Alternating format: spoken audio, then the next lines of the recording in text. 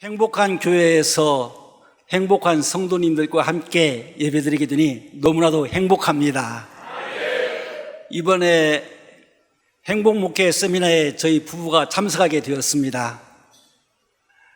매 시간마다 열성을 다하여 귀한 말씀으로 먹여주시고 또 영성을 불러일으켜 주신 우리 목사님을 통하여 많은 은혜와 도전을 받게 되었습니다. 또한 시간마다 세미나에 참석한 많은 분들을 섬겨주신 우리 사랑의 교회 모든 성도님들, 땀을 뻘뻘 흘리면서 식당에서 봉사하시고 맛있는 음식을 준비하신 모든 분들, 정말 한 사람 한 사람 손을 붙잡고 감사의 인사를 드리고 싶습니다.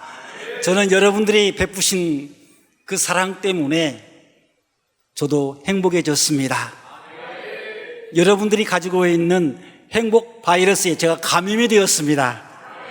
그래서 제 마음에도 행복한 마음, 평안한 마음, 그리고 제가 또 이제 곧 선교지로 돌아갈 터인데 그곳에서도 행복의 바이러스를 꼭 번질 수 있도록 힘쓰도록 노력하겠습니다.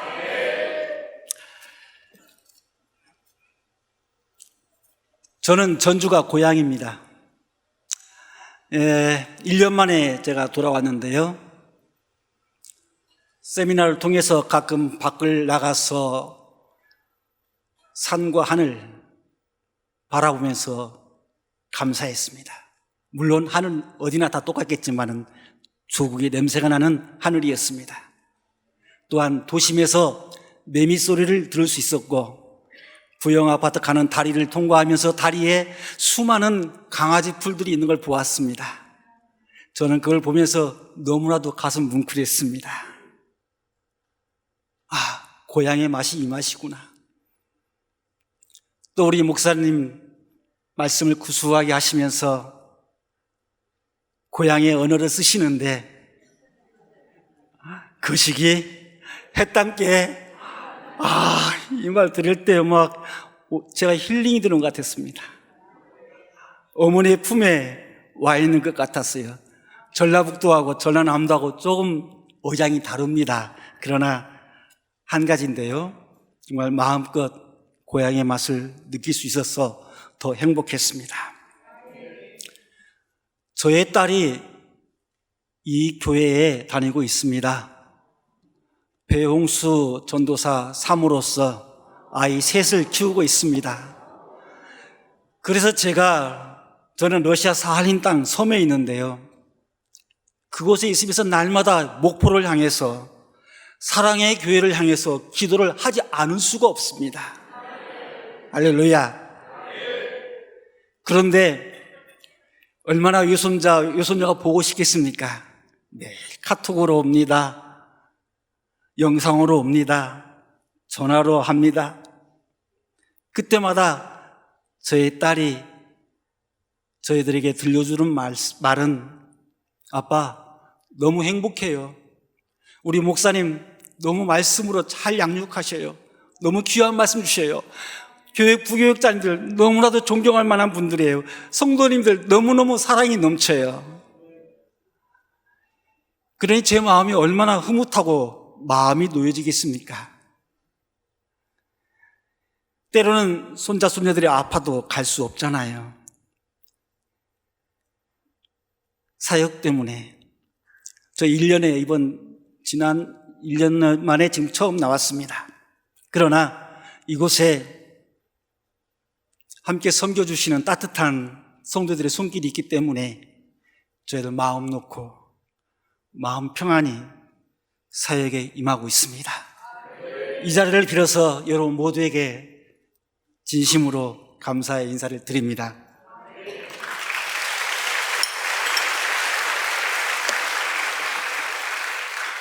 물론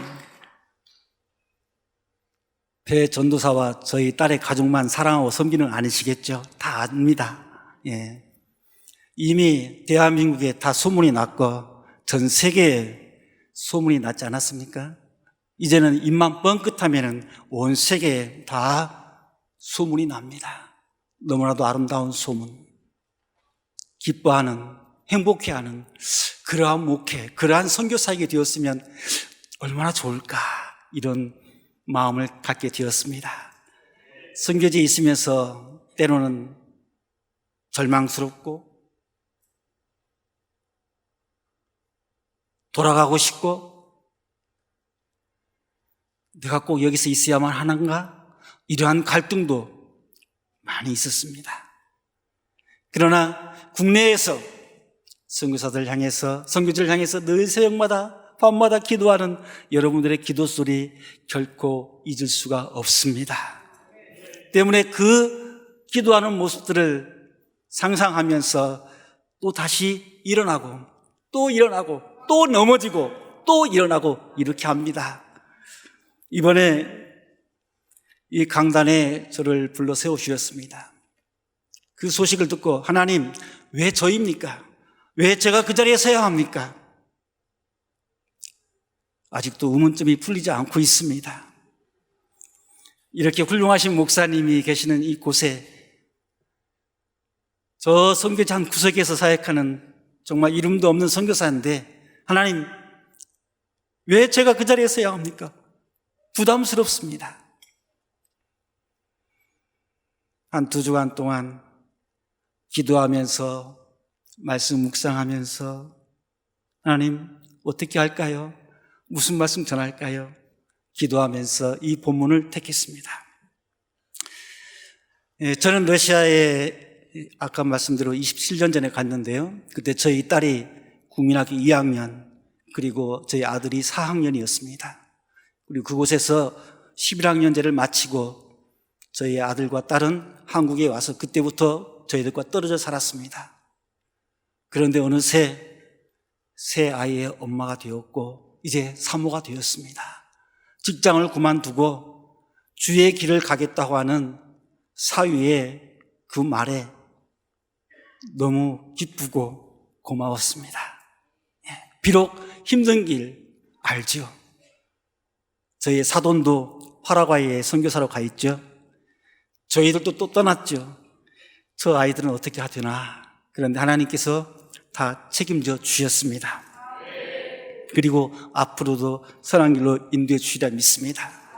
러시아 선교가 지금 금년으로 30년째 선교가 되었습니다. 30년의 역사가 되었습니다. 소련 시대에 공산주의가 무너지고 개방이 되었습니다. 누구도 예측하지 못했습니다. 하나님의 때에, 하나님의 인도하심 속에 문이 열리게 되었고 하나님은 그때 바로 한국 교회를 주의 도구로 사용하셨습니다. 할렐루야. 제가 살던 전주에는 선교사들이 섬겼던 교회가 있고요, 병원이 있고요, 예수병원, 그리고 미션스쿨이 있습니다. 기전학교와 신흥학교입니다. 저는 초등학교, 중학교, 고등학교 이 12년 과정을 선교사들이 세운 학교에서 공부했습니다. 미국에서 후원한 돈으로 학교를 지은 건물 안에서 공부했습니다. 날마다 매일매일 예배를 드리고 하루를 시작했습니다. 또 제가 사는 그 동네에 선교사 마을이 있었습니다. 도시에 있는 것이 아니라 산 쪽에 있어요. 산 속에. 그들의 삶을 제가 어렸을 때부터 계속 보았습니다.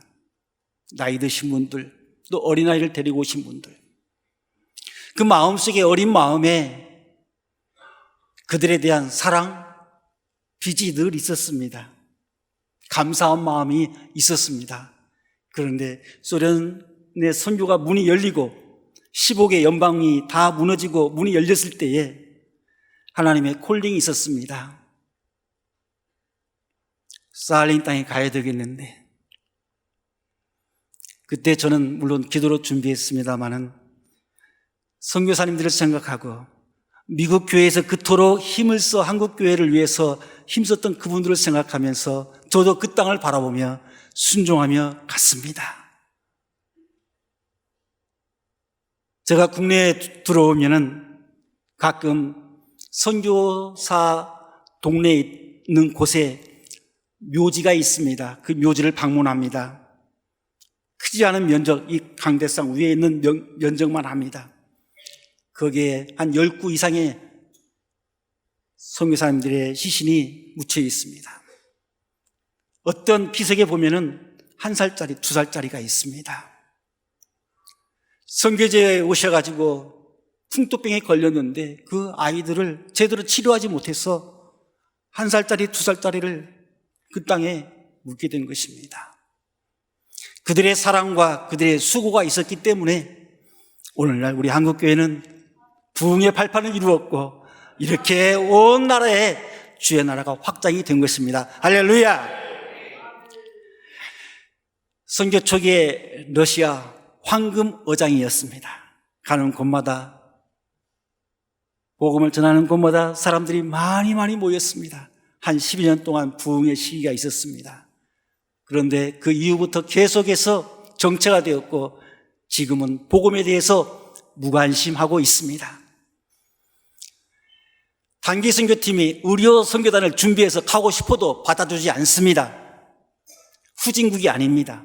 그리고 개신교를 싫어합니다. 러시아 정교회가 꽉 잡고 있습니다. 개신교는 전체의 1%밖에 되지 않습니다. 여러 가지 열악한 환경이 되었습니다. 많은 선교사들이 철수도 했습니다. 그러나 아직도 해야 될 일이 있고 해야 될 사명들이 있기 때문에 그 땅에서 주의 복음을 들고 싸우는 주의 전사들이 있습니다. 이제 30년이 되었기 때문에 벌써 은퇴하신 분들이 계시고 은퇴를 준비하시는 분들도 있습니다. 저 역시 저의 후계자를 세워야 되는 그런 입장입니다. 신학교가 있습니다. 그러나 신학교가 많이 연약합니다. 왜? 헌신된 학생들이 적기 때문인 것입니다. 그래서 여러분들 기억나실 때마다 열악한 그 선교지에 선교사들이 힘을 내서 복음을 증거할 수 있도록 기도해 주시고 그 땅의 지도자를 양성하기 위해서 신학교가 활성화될 수 있도록 교회가 활성화될 수 있도록 그러한 기도를 부탁을 드립니다. 너무 짧은 시간이기 때문에 본문의 말씀을 다 전할 수가 없을 것 같습니다. 오늘 제가 정한 제목은 진정한 배려심은 무엇일까? 이것입니다. 영상을 한번 띄워줄까요? 네. 진정한 배려심은. 저 그림을 잘 보십시오. 그리고 상상하십시오. 저게 어떤 의미가 있을까? 타인에 대한 배려심이 있는 곳에는 큰 위로와 기쁨이 있습니다. 배려심은 누구에 대한 관심에서부터 시작이 됩니다. 이번 행복한 세미나를 여러분들이 섬기기 위해서 얼마나 많은 관심을 가졌습니까? 얼마나 많은 배려를 하셨습니까? 거기에 기초는 바로 주님 안에서 가지고 있는 진정한 사랑이라고 생각합니다. 직장에서나 동네에서나 교회에서나 어디서나 배려심은 필요합니다. 배려심이 있는 곳에는 위로와 기쁨이 충만합니다. 요즘 정치하는 상황을 보면 어떻습니까? 많이 마음이 상하죠? 정말 저기에 배려심이 있는가? 서로 다른 생각이 있는데 좀 더 조절할 수 없을까? 좀 더 양보할 수 없을까? 좀 더 하나를 만들 수 없을까? 서로 다름이 다 다른 것이 아닌데 안타까움이 많이 있습니다. 이기심이 팽배한 곳에는 무엇이 있습니까?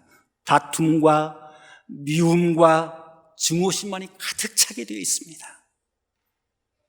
우리의 사회가 왜 이렇게 증오심이 많아지는가? 왜 이렇게 미움이 많아지는가? 우리 그리스도인들은 다 어디로 갔는가? 우리 목사님이 어린 차세대를 위해서 기도하실 때 교회 지도자들도 위해서 원하시고 있지만은 정치적으로도 경제적으로도 훌륭한 리더들이 나올 수 있도록 그렇게 기도하시고 가르치신다는 말씀을 제가 들었습니다. 그래요. 우리 정치계에도 정말로 사랑을 바탕으로 민족을 사랑하는 마음으로 배려하고 힘을 합하고 서로 화합을 한다면 얼마나 더욱더 성숙할 수 있을까요? 그러한 그리스도인들이 국회에도 경제계에도 정말 많이 나갔으면 좋겠습니다. 할렐루야. 이 교회에서 분명히 그러한 새싹들이 자라나서 세상을 변화시키고 하나님 나라의 확장을 분명하게 할 것이라고 저는 믿습니다. 아멘.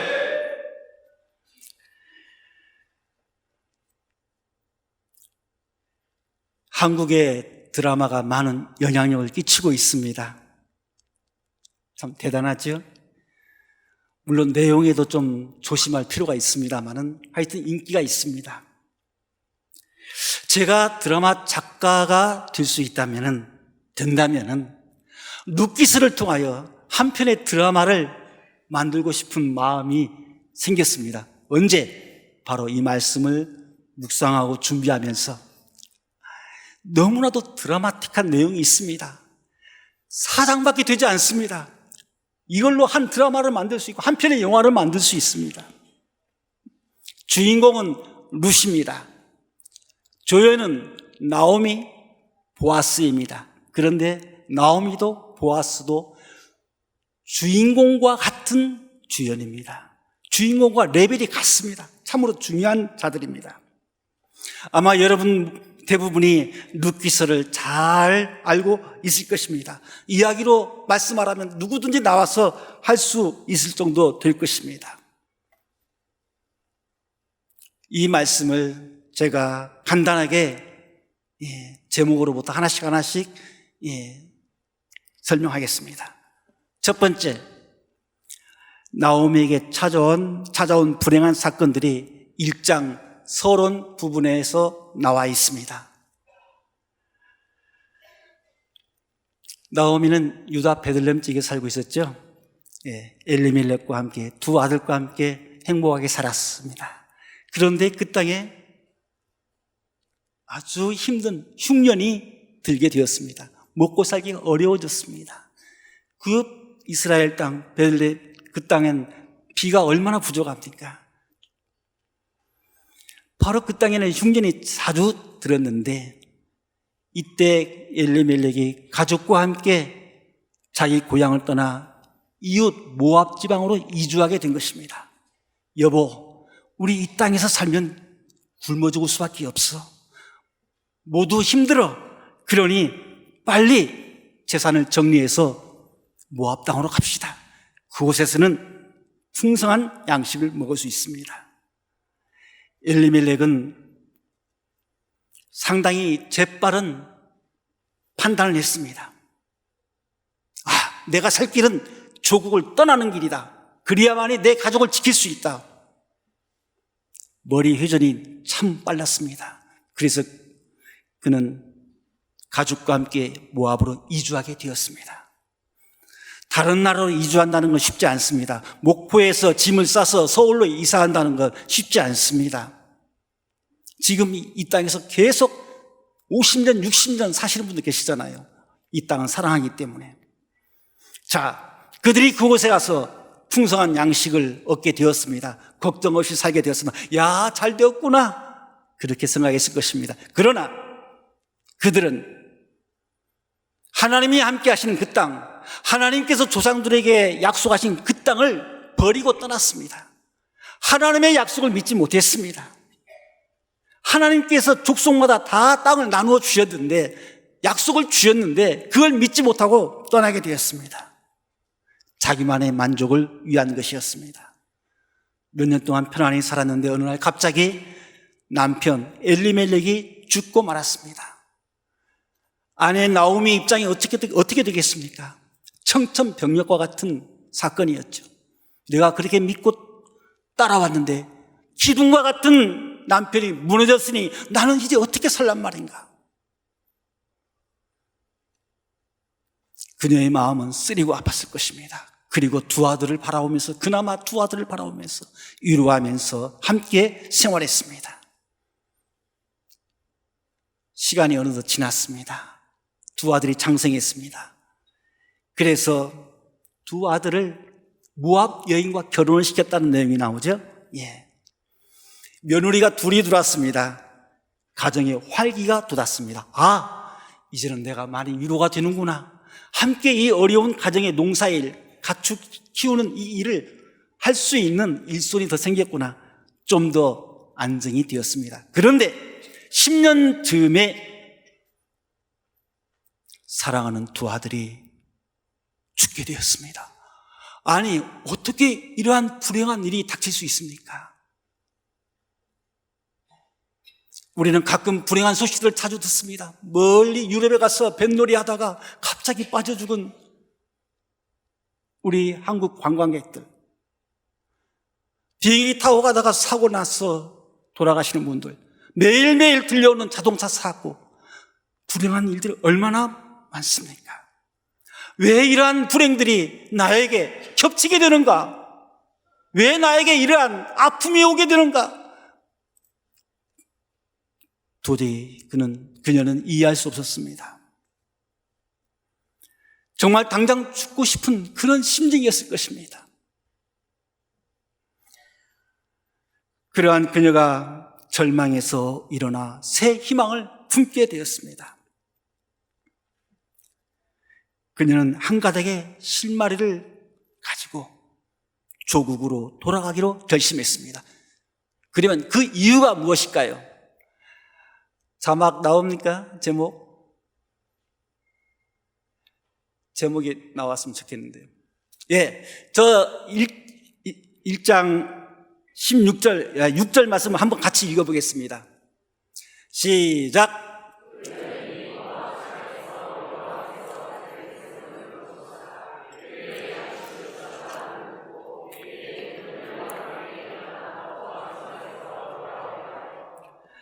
여호와께서 자기의 백성을 권고하사 그들에게 양식을 주었다함을 들었으므로 소문을 듣게 되었습니다. 자기의 조국 땅에도 이제 양식이 풍성해졌다는 것, 그 소식을 듣고, 그래, 내가 이 땅에서 남편과 두 아들을 잃고 실패했지만은 이제라도 내 고향 땅에 돌아가야 되겠다. 그곳에도 풍성한 양식이 있지 않는가 하고 결심을 했습니다. 그리고 두 며느리를 데리고 함께 조국을 향해서 떠나게 되었습니다. 새 여인이 걸어가는 그 발걸음, 여러분, 그 발걸음이 어떻겠습니까? 얼마나 무겁겠습니까?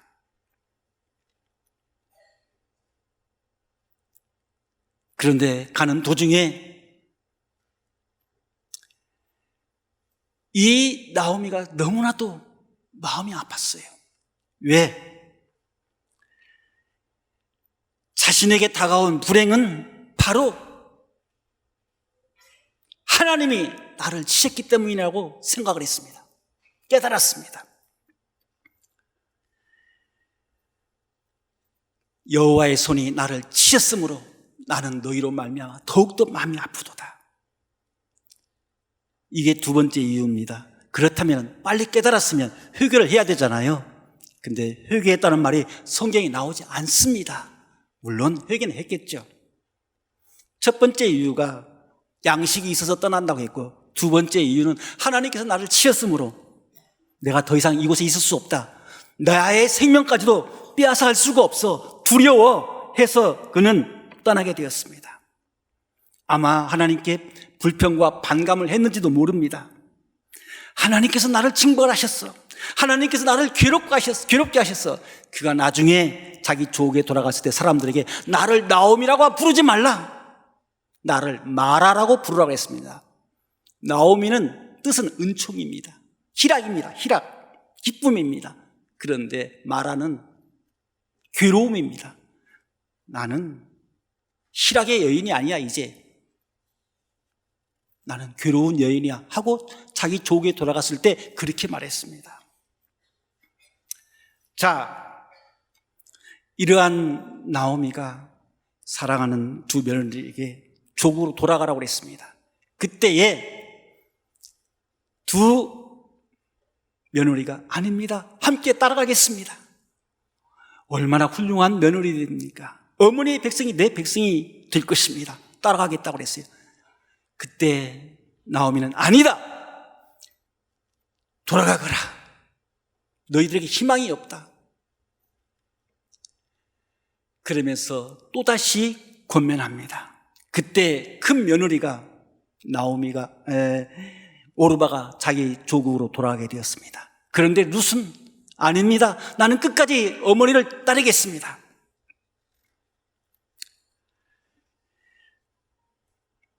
얼마나 훌륭한 며느리입니까? 다른 며느리 같았으면, 요즘 같았으면 어림도 없는 내용이 되겠죠. 자, 여기에서 우리는 나오미의 여인의 그 훌륭한 배려심을 느낄 수 있습니다. 그죠? 얼마나 마음이 높습니까? 얼마나 며느리들을 사랑합니까? 그리고 조국으로 돌아가라고 그랬습니다. 그런데 중요한 것은 나오미의 잘못이 분명히 있습니다. 나오미는 훌륭한 인격을 가진 자였습니다. 정말 진심으로 며느리들을 사랑했습니다. 그런데 그 목적이 잘못되었습니다. 아까 첫째는 양식 때문에 돌아갔다고 그랬죠? 예. 두 번째 잘못은 1장 15절 말씀에 있습니다. 이건 너무나도 중요한 말씀, 오늘의 키포인트입니다. 다 같이 한번 읽어보겠습니다. 시작!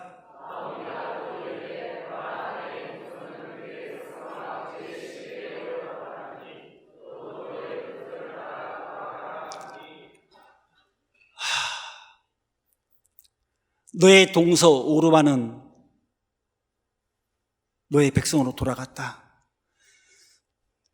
너도 그의 신들에게 돌아가라. 너의 동서가 갔으니 너도 동서를 따라 그의 신들에게 돌아가라. 이게 무슨 말입니까? 모압 땅으로 돌아가라는 얘기인데, 모압 땅에는 우상이 많습니다. 그런데 그 땅으로 돌아가라고 지금 그렇게 말하고 있습니다. 여러분 어떻게 생각하십니까? 나오미에게 진정한 배려심이 있는 것입니까? 그의 배려심은 하나님께서 기뻐하시는 배려심입니까? 이 말씀을 통해서 여러분들 어떠한 느낌이 드십니까? 마음속에 어떠한 마음이 드십니까? 여러분 같으면 어떻게 하시겠습니까? 돌아가라고 하시겠습니까? 아니면 나와 함께 나의 조국, 살아계신 하나님, 창조주 하나님이 계신 곳에 가서 함께 살자고 끌고 가시겠습니까?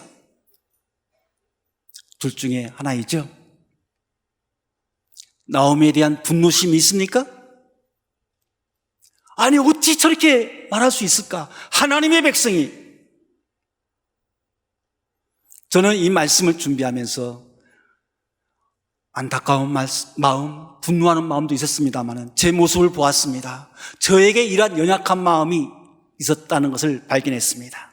예, 저도 이웃들과 잘하려고 배려합니다. 사랑합니다. 전도하려고 자주 만납니다. 전도합니다. 나는 공산주의라, 나는 무신론자라 안 믿습니다. 아, 그래요? 또 합니다. 또 잘 진정 사랑합니다. 배려합니다. 또 해도 또 안 듣습니다. 그러면 제 마음이 어떨까요? 두 번, 세 번 하면은 제 마음이 닫혀져 버립니다. 부끄럽습니다만 제 마음이 닫혀져 버려요. 그러한 저의 모습을 이 말씀을 통해서 발견했습니다. 아, 그렇습니까? 제 마음으로부터 멀어지게 됩니다. 나오미는 훌륭한 시어머니였습니다. 그러나 영혼에 대한 사랑은 없었습니다. 마태복음 6장 33절에 보면은 너희는 먼저 그의 나라와 그의 의를 구하라. 그리하면 이 모든 것을 너희에게 더하시리라 그랬죠? 아멘. 그런데 나오미는 먼저 그의 나라와 그의 의를 구하지 아니했습니다. 하나님의 나라를, 하나님의 약속을 붙잡지 아니했고 육신의 양식을 찾아서 하나님의 품을 떠났던 것입니다. 이것이 잘못이었죠. 그런데 우리들의 삶 속에서 그러한 일들이 허다하게 벌어진다는 것입니다. 우리가 전도해야만 해야 하는데도 불구하고 내 사랑하는 자녀에게, 내 사랑하는 가족에게 해야 됨에도 불구하고 자꾸자꾸 미루게 되고, 그래 직장 잘 들어가, 수능시험 잘 봐야지 하고 다그치지 않습니다. 외면합니다. 그리고 먼저 좋은 대학에 들어가기를 원하고 좋은 곳에 취직되기를 원합니다. 물론 그것도 배려심입니다. 중요합니다. 사랑입니다. 그러나 우리 그리스도인들에게는 그렇게 해서는 안 된다는 것입니다. 아멘. 그러나 누구도 나오미에게 돌을 던질 수 없습니다. 왜? 우리들이 연약하기 때문에. 하나님은 그러한 연약한 나오미를 통해서도 룻이라는 여인을 데리고 이스라엘 땅에 왔습니다. 그리고 룻의 후손에서 누가 나왔습니까? 다윗이 나왔습니다. 할렐루야. 모압 여인의 후손에서 아들, 손자, 증손자, 3대째 증손자가 다윗이 룻의 여인에게 태어났습니다. 아멘. 할렐루야.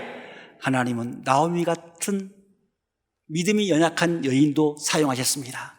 룻이 말했습니다. 어머니의 백성이 나의 백성이 되고 어머니의 하나님이 나의 하나님이 되게 될 것입니다.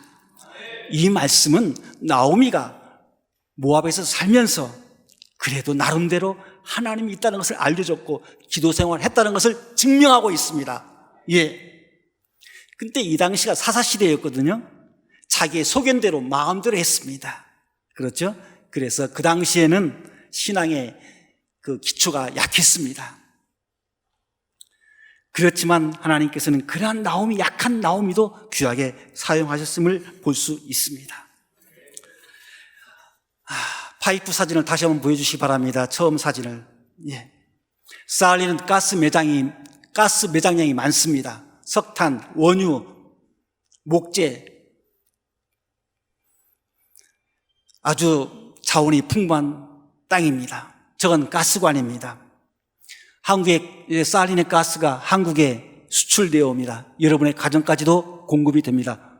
이곳에 와서 파이프를 통해서. 그런데 저희 도시, 저희 아파트에서는 가스를 사용하지 못하고 있습니다. 왜 그렇습니까? 파이프와 연결되어 있지 않았습니다. 파이프 얼마나 중요합니까? 여러분들은 축복의 통로, 축복의 파이프가 되어야 됩니다. 할렐루야. 예. 아무리 은혜가 많다 할지라도, 하나님께 많은 은혜를 받았다 할지라도 내가 가족과 이웃들에게 파이프가 연결되지 않는다면 더 이상 스톱입니다. 1+1. 정말 저는 이거 모르고 말씀 준비했습니다. 훌륭한 구원의 운동입니다. 이번에 적극적으로 이 일에 동참하여서 축복의 통로, 구원의 통로가 되시는 주님의 자녀들이 되기를 주님의 이름으로 축복합니다.